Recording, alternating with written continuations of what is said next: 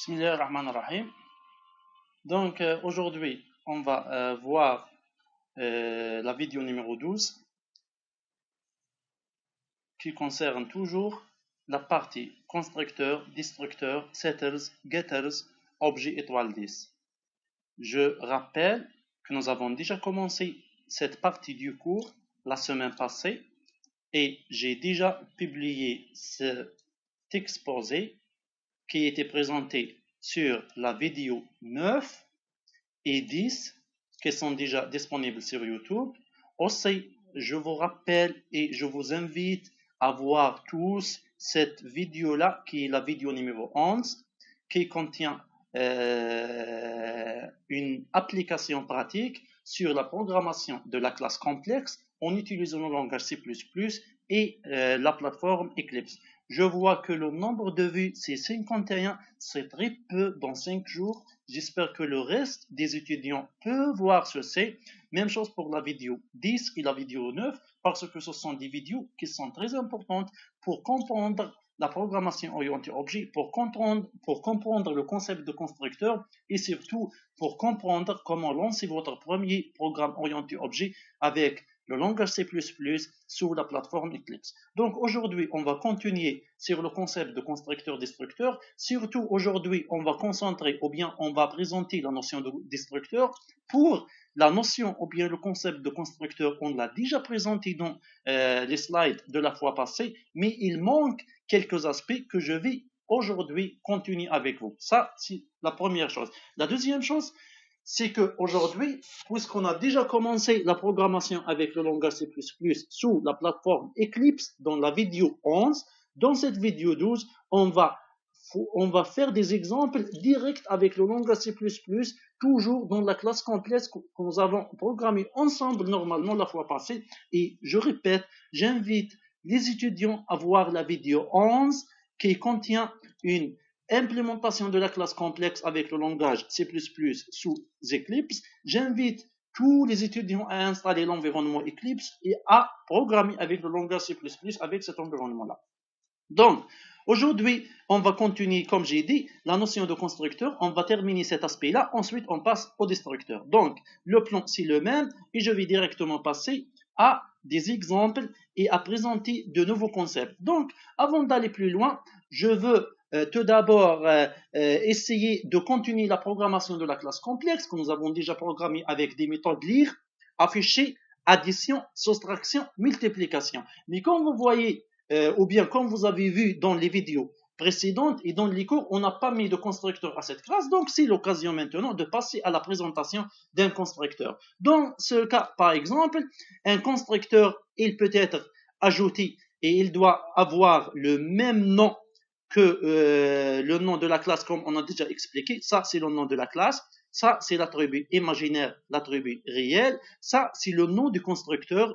Et ce constructeur, c'est un constructeur initialisateur. On a parlé la fois passée de la notion de constructeur initialisateur. C'est un constructeur qui initialise les attributs de la classe.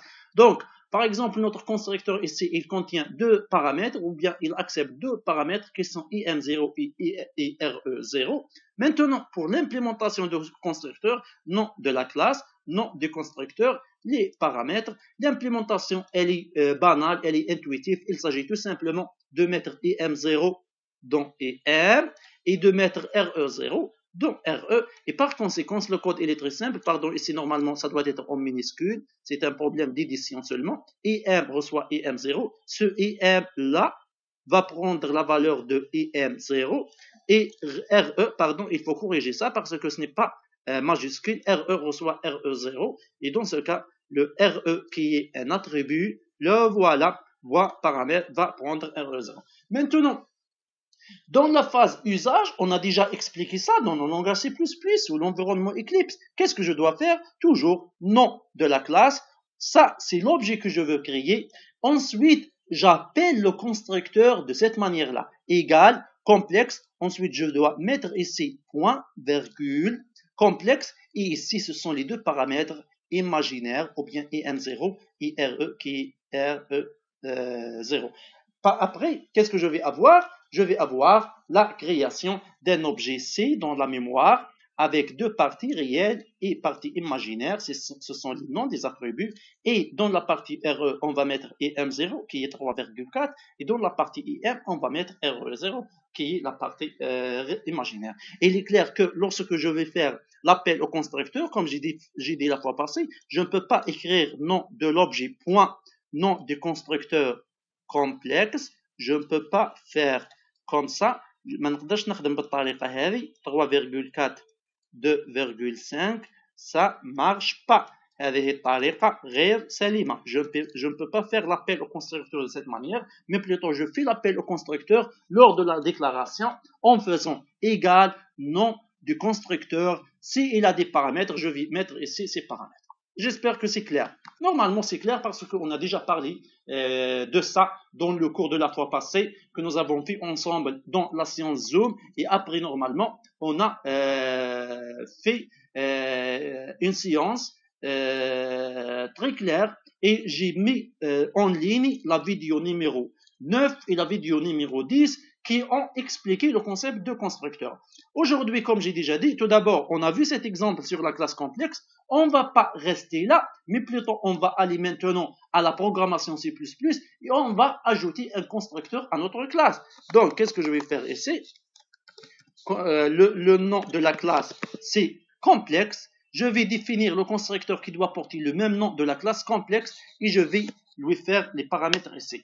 Bien sûr, dans l'exemple que j'ai fait ici dans les slides, on a ajouté deux paramètres. Mais moi, je ne vais pas faire ça. On va tout d'abord commencer par un constructeur qui n'a pas de paramètres. Ensuite, on va faire un constructeur qui a des paramètres et on va exécuter, on va compiler et on va voir qu'est-ce qui va se passer dans le programme orienté objet que nous sommes en train de développer.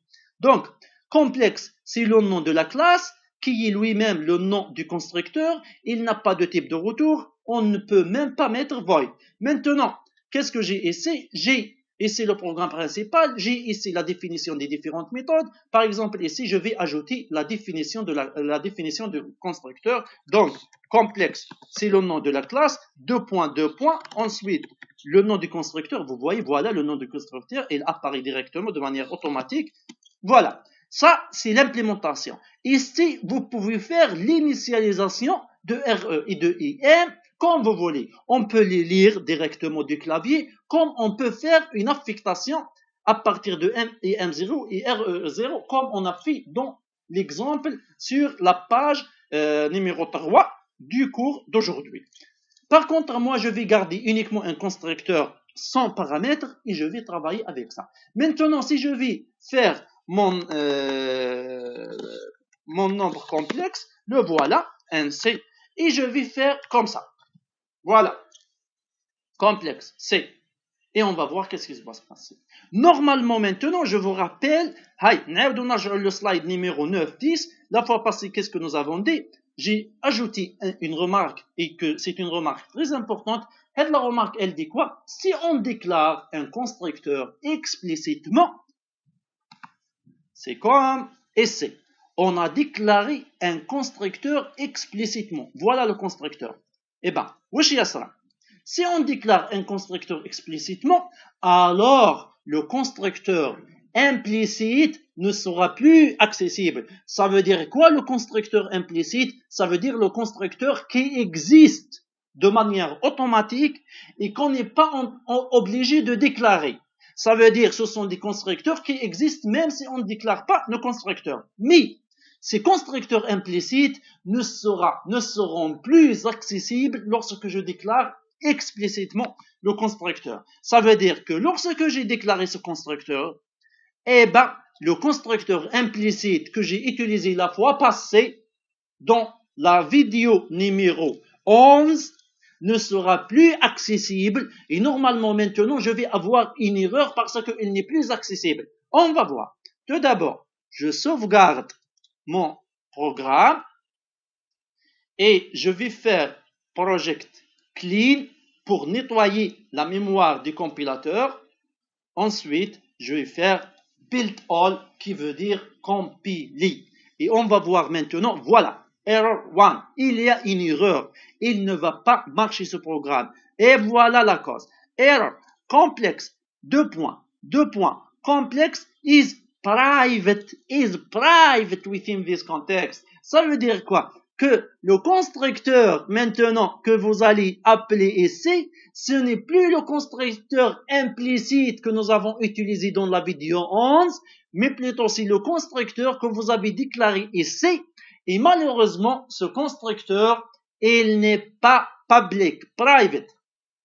Hona, essai. Je vous rappelle que dans la séance Zoom du dimanche précédent, dans la vidéo 9 et la vidéo 10, il y avait une étudiante qui a posé une question. La question c'était, est-ce que le constructeur, après sa déclaration, doit être public?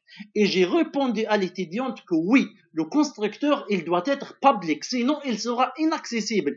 Et c'est exactement, voilà la réponse. Maintenant, je dois ajouter ici le mot-clé public, voilà. Je répète que lorsque vous ajoutez le mot-clé public, toutes ces méthodes-là seront publiques, entre autres le constructeur. Normalement, maintenant, il n'y aura pas d'erreur. Eh bien, je vais faire Save All, Project Clean, pour nettoyer la mémoire du compilateur, pour qu'il ne nous affiche pas l'erreur de la fois passée. Ensuite, Build All. Normalement, maintenant, on ne va pas avoir des erreurs, parce qu'on a corrigé l'erreur de private. Et voilà, maintenant, zero errors, zero warnings, et il n'y a aucun problème. La question maintenant qui se pose, maintenant, on va créer un objet C ici. Et normalement, cet objet C qui sera créé ici, ce n'est pas avec le constructeur implicite, mais avec le constructeur explicite. Est-ce que je peux confirmer ça? هل يمكن أن أتأكد أن صناعة الشيء C في هذا البرنامج هي نتيجة تنفيذ le constructeur que je viens d'écrire ici ou non? Eh bien, je peux faire ça. Par exemple, j'ajoute ici une instruction d'affichage qui me dit « Je suis créé int_l » pour être sûr que je viens d'exécuter ce constructeur. Qu'est-ce que vous remarquez ici? Nous avons fait complexe C. On n'a pas fait C.complexe.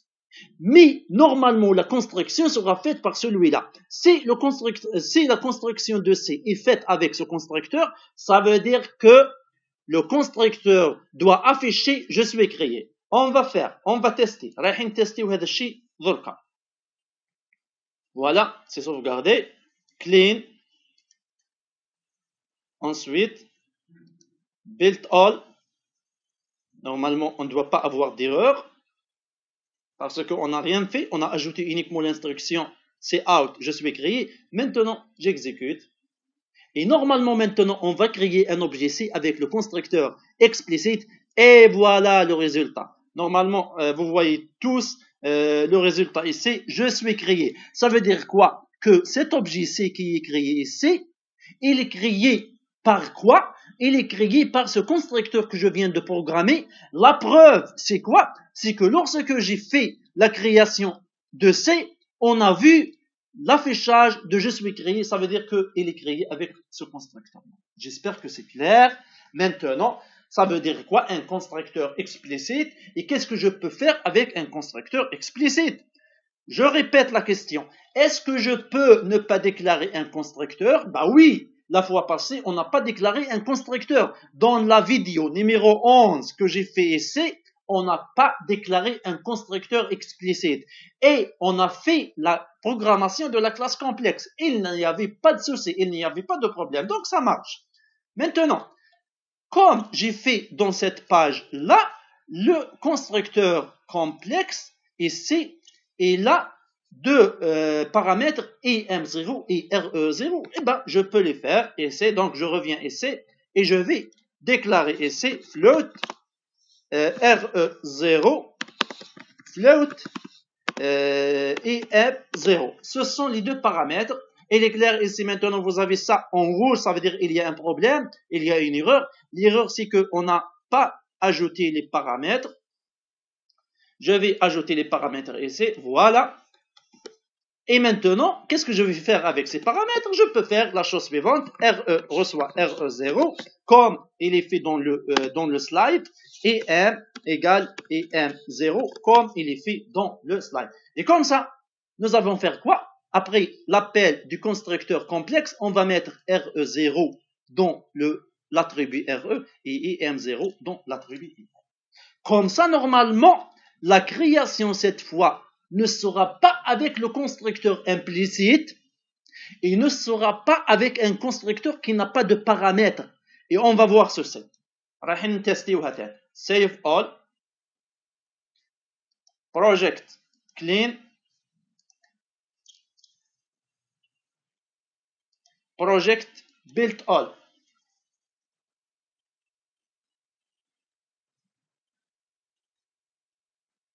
Il y a une erreur, et l'erreur est la suivante. Si on monte, voilà. No matching function. Ça veut dire qu'il n'y a pas de matching. Ça veut dire qu'il n'y a pas d'équivalence entre complexe que nous sommes en train d'appeler ici, parce que lorsque vous faites complexe point virgule, ça veut dire soit vous voulez appeler le constructeur implicite, mais maintenant le constructeur implicite n'est plus accessible. Pourquoi? Parce qu'on a un constructeur explicite, ou bien vous voulez appeler un constructeur qui n'a pas de paramètres. Mais malheureusement, notre constructeur, il a des paramètres qui sont les paramètres RE0 et EM0. وبالتالي هنا, je n'ai pas le choix. Je dois utiliser la même méthode que j'ai utilisée dans le cours, dans la page numéro 3 de ce cours-là, que je dois ajouter complexe. Ensuite, je donne les deux paramètres. Donc, je reviens ici et je vais faire reçoit le nom du constructeur, ensuite deux paramètres qui peuvent par exemple être 3,6 et 0,8. Voilà.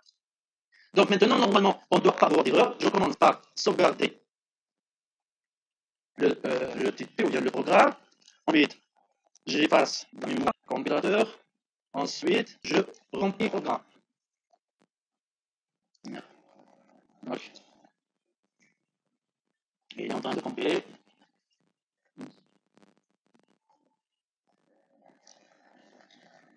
Je répète, ma machine est et on doit annoncer vous avez 600 secondes pour compiler le programme, comme on a déjà vu juste avant.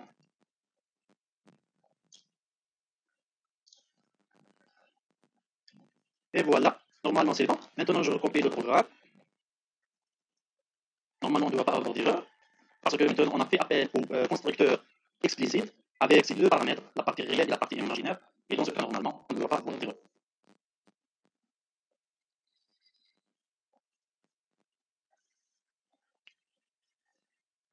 J'explique toujours que la cause de cette lente, c'est toujours la machine qui est un peu lourde. Dans une machine plus puissante, ça ne va pas prendre tout ce temps-là.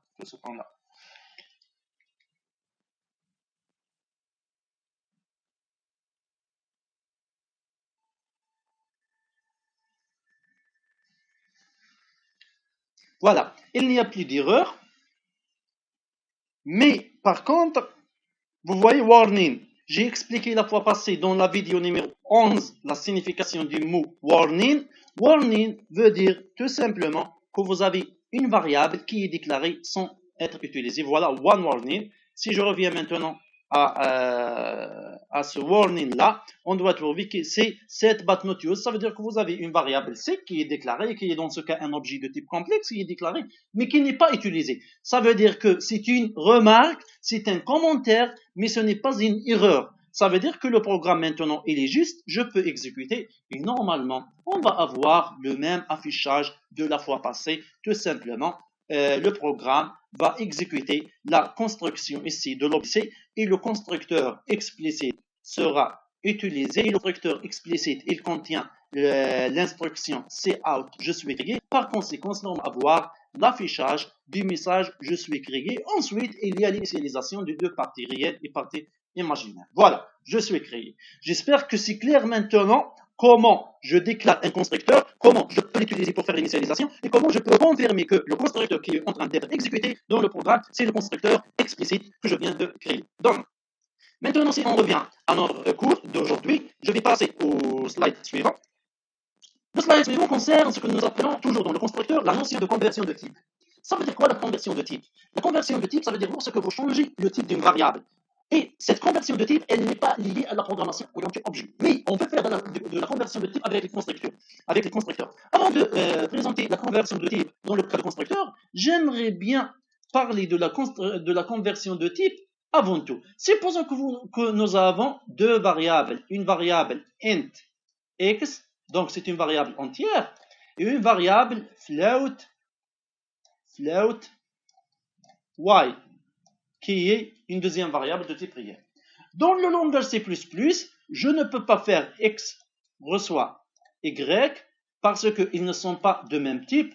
Je ne peux pas faire y reçoit x parce qu'ils ne sont pas de même type. Par conséquent, pour que je puisse faire x reçoit y, je dois faire la conversion de type de y en ajoutant ici le type vers lequel je veux faire la conversion. Ça veut dire lorsque je fais x reçoit int y, ça va convertir يحول y et le type de x. Supposons que y il est 3,6. Lorsque vous faites x reçoit int 3,6, x va être 3. Supposons que je veux faire maintenant y reçoit x, qu'est-ce que je peux faire? Y reçoit float, une conversion float, pardon, ici j'ai attends, je fais ça. Voilà. Donc, je fais le nom du type vers lequel je fais la conversion. Ensuite, ici x. Supposons que vous avez x égale à 3, et bien le y sera 3,0 pour dire qu'il s'agit d'un nombre. Ça veut dire que la conversion de type existe avant la programmation orientée objet. Par contre, on parle maintenant de conversion de type dans la programmation orientée objet. On parle de conversion de type dans la programmation orientée objet parce qu'il est possible de faire cette conversion de type lorsque on fait l'appel du constructeur. On va faire l'exemple suivant. Supposons que le constructeur complexe que j'ai déjà programmé prend un seul paramètre, ensuite il va faire quoi? Il va être dans la partie. Et dans la partie imaginaire, je vais faire et je laisse faire 0,0. Dans ce cas, si je crée un nombre complexe, c'est celui-là. Je vais annoncer quoi dans le type méthodologie. Ensuite, si je vais avoir, c'est difficile avec ça, et je vais essayer, si de redonner une fois pour toutes, je vais faire des écritures comme ça, parce que lorsque j'écris, je pense que c'est plus clair, le cours sera plus clair lorsqu'on écrit avec un marqueur comme ça. Donc je vais faire ici complexe, c'est l'objet C. Ensuite, je vais faire complexe, voilà, complexe, X, ça c'est le nom de la classe, ça c'est le nom du constructeur. Ensuite, puisque le constructeur il prend X, je vais faire quoi? Je vais faire, par exemple ici, 3. Voilà. Ou bien 3,6. Attention, 6,6. Ça veut dire que c'est X, ça c'est la valeur de X. Après que vous exécutez ça, vous allez avoir quoi? C. Pardon, je ne vais pas passer, je vais directement faire ça. Ensuite, ça c'est dans la mémoire. Je vais avoir ici quoi? 3,6. Et ici, qu'est-ce que je vais avoir? 0,0. Ça c'est logique. Ça veut dire que le complexe, ou bien cet objet-là, ou bien ce constructeur-là, il utilise, ou bien il prend un seul paramètre. Où est la conversion de type? Elle est où la conversion de type? La conversion de type, ici, que je peux faire autrement. Je peux faire directement ça. Dorénavant, toute déclaration de Z, par exemple, si Z est un nombre complexe, je peux faire directement comme ça. Et génère un nombre complexe dont la valeur de RE est 1,0. Ça veut dire que ça, elle est équivalente à ça. C'est la même chose si vous faites complexe. Voilà. Complexe. Ensuite, vous donnez 1,0.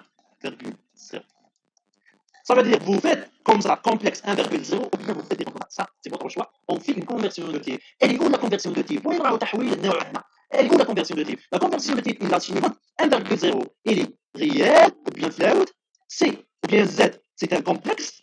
Mais malgré ça, je peux faire complexe Z égale, ou bien recevoir 1,0. Ça veut dire qu'il y a une conversion du type réel vers le type complexe. Pourquoi? Parce que la programmation orientée objet permet de faire ceci. On va faire ceci comme exemple, toujours en langage C++. C'est l'environnement complexe. Je vais revenir ici. On va faire ici. On va changer ça. On va garder donc uniquement le constructeur qui prend un seul paramètre. Pardon, ma machine toujours est un peu lourde. Elle se bloque de temps en temps. Donc je vais effacer ça.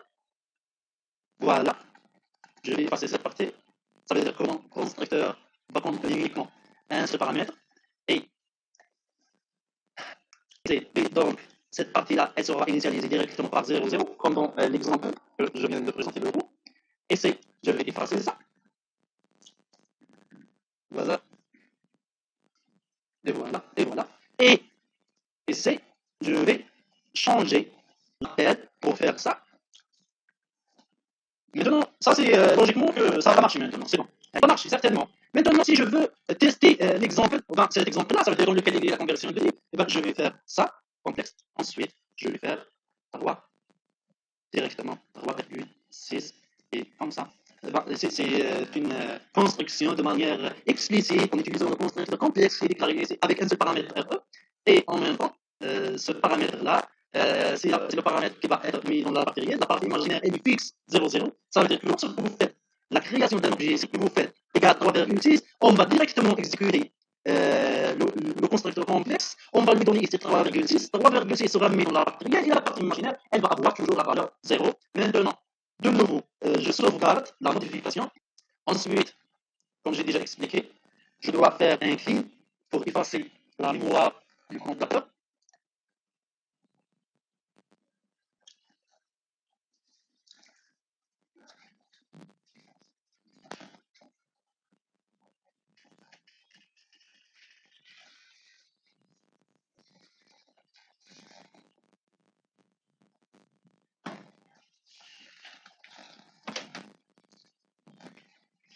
Et après ça, je fais un build all.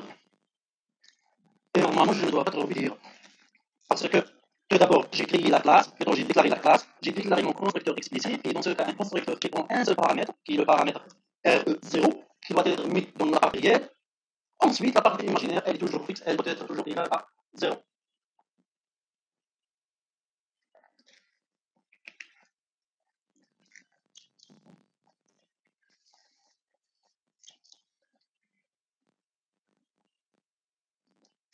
Encore une fois, je dis que ça prend toujours du temps parce que ma machine elle est un peu lourde, donc l'exécution est un peu longue. Vous voyez qu'il n'y a pas d'erreur, il y a tout simplement warning, ça veut dire que le C est initialisé, il est déclaré, il est initialisé, il n'y a pas de problème parce que c'est de l'affichage.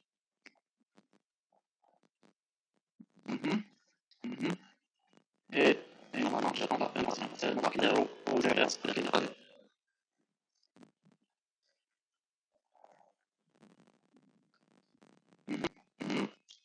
Ça prend toujours un peu de temps avant que je reparte, parce que ça prend du temps du cours aussi, comme ça. Pas encore. Oui, c'est il est à 31%, il est en train de construire, il est en train de compiler. Je me sens en train de tester la réponse. C'est classiquement, on initialise la partie réelle par un paramètre et la partie toujours. Bon, normalement, on ne va pas avoir des erreurs, c'est parce que c'est bon, voilà, nous avons un seul warning. Parce que l'idée, normalement, je pense qu'elle est claire. Et je vais continuer le cours et je vais revenir lorsque la compilation se termine de cette partie-là. Donc, je vais passer à une chose, c'est très important que lorsque je fais les ateliers constructeurs, donc, il y a une possibilité dans la partie qui est sur le constructeur de et dans le langage C++, cette initialisation peut être faite avant les accolades. Par exemple, il est possible d'initialiser les attributs avant les accolades des méthodes. Si on prend cet exemple-là, la classe s'appelle C. Je répète que le constructeur C, il est explicite, doit être public, and x, y. Ensuite, vous avez ça. Qu'est-ce qu'on voit ici? C, deux points, C, eh ben, pas de paramètres. Et supposons que je veux initialiser x à 0, y à 0, je peux faire directement ça. Eh ben, ce C, il est équivalent à quoi? هذا ماذا يكافئ؟ هذه الخدمة je peux la faire de manière explicite. Eh ben, x reçoit 0, y reçoit 0.